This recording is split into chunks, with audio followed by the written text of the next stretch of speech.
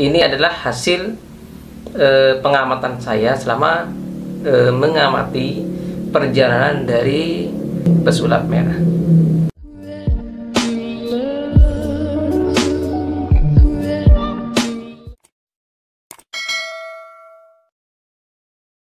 Assalamualaikum warahmatullahi wabarakatuh. Jumpa kembali dengan saya di channel Klonik TV. Nah, teman-teman sekalian, kali ini saya ingin memberikan pandangan saya pribadi tentang peristiwa viral di dunia per-YouTubean yang berkaitan dengan ilmu yang katanya putih dan ilmu yang katanya merah.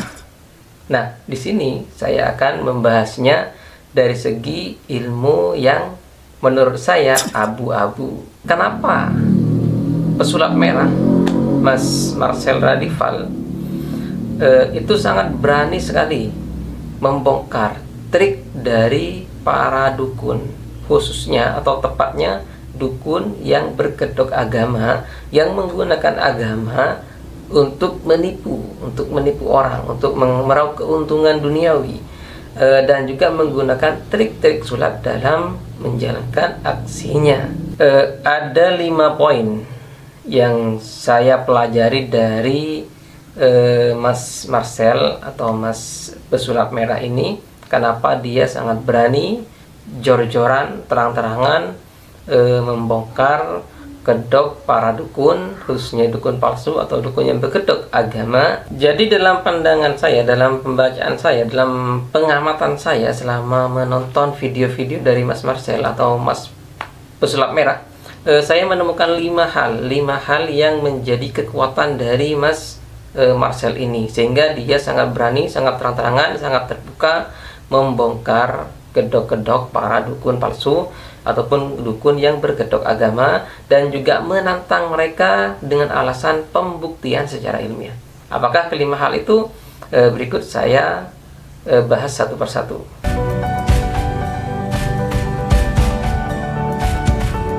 Kekuatan pertama dari PM ini terletak pada keahliannya. Sudah tidak dilakukan lagi sejak beberapa tahun silam.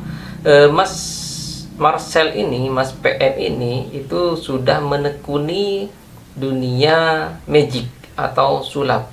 Nah, dengan keahlian yang dimilikinya itu, maka pantas jika dia berani menantang para dukun, terutama dukun yang menggunakan trik-trik, menurut dia menggunakan trik-trik dalam pengobatan atau dalam melakukan atraksinya. Karena apa? Karena sekali lagi Mas Marcel ini adalah seorang yang ahli atau punya keahlian di dalam magic atau sulap. Itu adalah kekuatan pertama.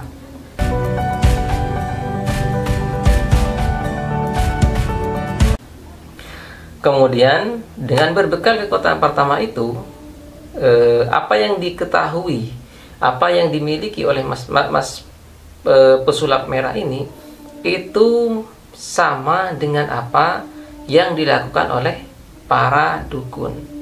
Entah ini kebetulan atau memang kesengajaan. Artinya begini, ketika seorang dukun mengobati pasiennya dengan cara memindahkan penyakit ke dalam sesuatu yang paling viral belakangan ini adalah kelapa. Nah, kebetulan Mas Marcel itu juga memiliki trik bagaimana mengisi buah kelapa dengan sesuatu, dengan barang, dengan apa saja, tanpa harus merusak kulit dari buah kelapa. Nah, maka ketika Mas Marcel memiliki trik seperti itu, dan itu dipraktekkan oleh dukun, entah dukun itu memang memindahkan penyakitnya dengan bantuan jin atau memang menggunakan trik sulap, maka secara perspektif sains, secara perspektif magic, itu adalah sebuah trik. Nah, ini kekuatan yang kedua.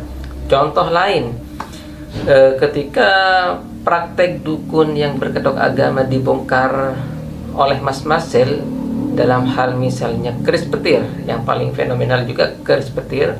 Nah, ini terlepas dari apakah keris yang dimiliki oleh sosok seorang dukun yang mengobati pasiennya itu apakah asli, apakah berkhodam, apakah memang betul-betul keris yang sebenarnya. Nah, kebetulan itu memang ada produk keris yang memang bernama keris petir, yang ada tombolnya ataupun tidak ada tombolnya, tapi bisa mengeluarkan semacam kilatan cahaya.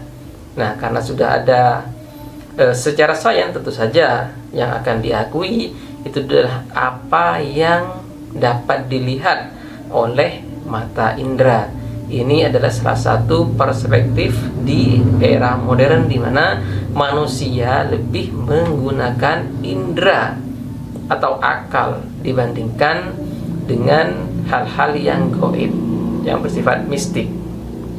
Ini contoh yang lainnya, dan masih banyak contoh-contoh lainnya di mana trik-trik sulap yang dikuasai oleh Mas Pesulap Merah itu sama dengan keahlian yang dipertunjukkan oleh beberapa dukun dalam pengobatan yang dilakukannya. Jadi saya tidak bisa menyalahkan salah satu pihak, karena memang mungkin saja itu benar trik sulap, atau mungkin saja memang benar adanya demikian karena bantuan jin. Nah, ini adalah perspektif abu-abu.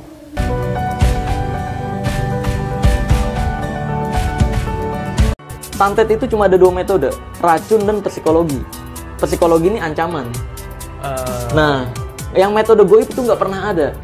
Nah, ini adalah menurut saya itu adalah sebuah kekuatan yang lahir dalam diri seseorang yang akan menjadi benteng bagi dirinya. Kenapa? Karena ketika seseorang sudah tidak percaya dengan santet, maka ketika santet itu dikirimkan, maka santet itu akan sangat sulit sekali untuk masuk. Walaupun ada kemungkinan tetap masuk, tapi akan sangat sulit sekali.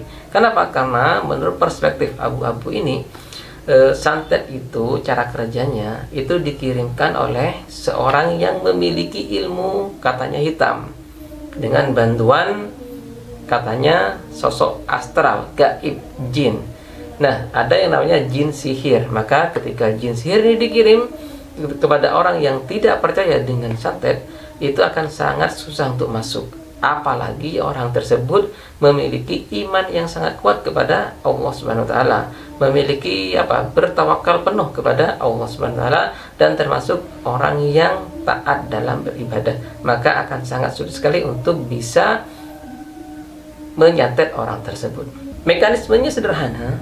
Santet itu bisa masuk ke dalam diri kita karena pertama kita percaya adanya santet, yang kedua kita menjadi takut dengan santet.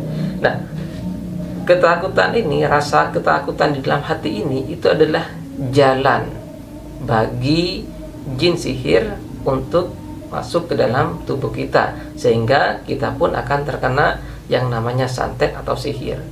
Mengenai ada atau tidaknya sihir atau santet, itu ada. Karena itu di video lain nanti saya akan mengkritik sedikit Mas Pesulap Merah tentang pernyataannya yang menganggap tidak ada sihir gaib, tidak ada santet.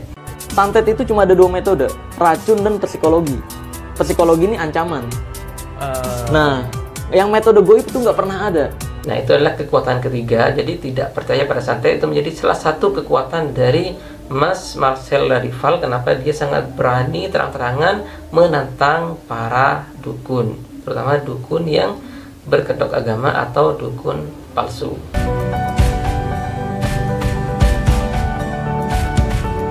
Kekuatan yang keempat, kalau saya membaca, saya yakin di belakang Pesulap Merah ini ada sosok pembacking, ada yang membacking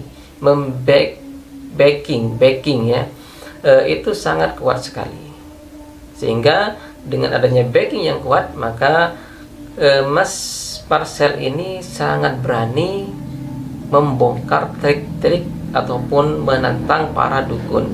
Sekali lagi ada backing yang kuat. Ini menurut pembacaan saya dan penafsiran saya, terlepas dari benar atau tidaknya, mungkin hanya Mas Marcel sendiri yang bisa menjelaskan.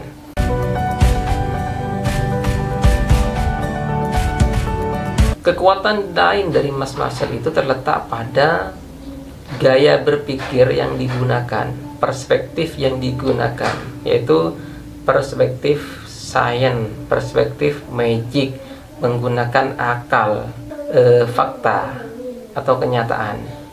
Mungkin ada tanggapan dari teman-teman sekalian, silahkan tulis di kolom komentar apapun tanggapan Anda. Semoga itu menjadi masukan yang berharga bagi kita semua, terutama bagi sosok-sosok yang sedang kita bahas ini. Kurang lebihnya mohon maaf. Wallahul muwaffiq ila aqwamit thoriq. Wassalamualaikum warahmatullahi wabarakatuh.